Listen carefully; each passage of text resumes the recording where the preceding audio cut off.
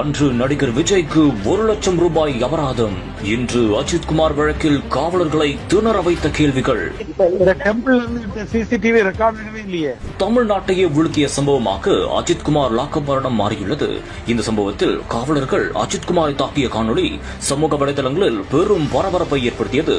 அப்போது நீதிபதி எஸ்.எம். சுப்பிரமணியம் நகை மாயமான வழக்கில் உடனே ஏன் எஃப்ஐஆரை பதிவு செய்யவில்லை, மேலும் அடிக்கவா காவல்துறை உள்ளது, அஜித் குமாரை வெளியிடங்களுக்கு அழைத்து சென்று விசாரித்தது ஏன் என்று சாரமாரியான கேள்விகளால் துளைத்தெடுத்தார். இவர் இது மட்டுமின்றி பல வழக்குகளிலும் சாரமாரியான கேள்விகளை கேட்டுள்ளார். அப்படி ஒரு முக்கியமான வழக்குதான் நடிகர் விஜய் ரோல்ஸ் ராய்ஸ் காருக்கு வரி விலக்கு கேட்டு நீதிமன்றத்தை அணுகிய வழக்கு.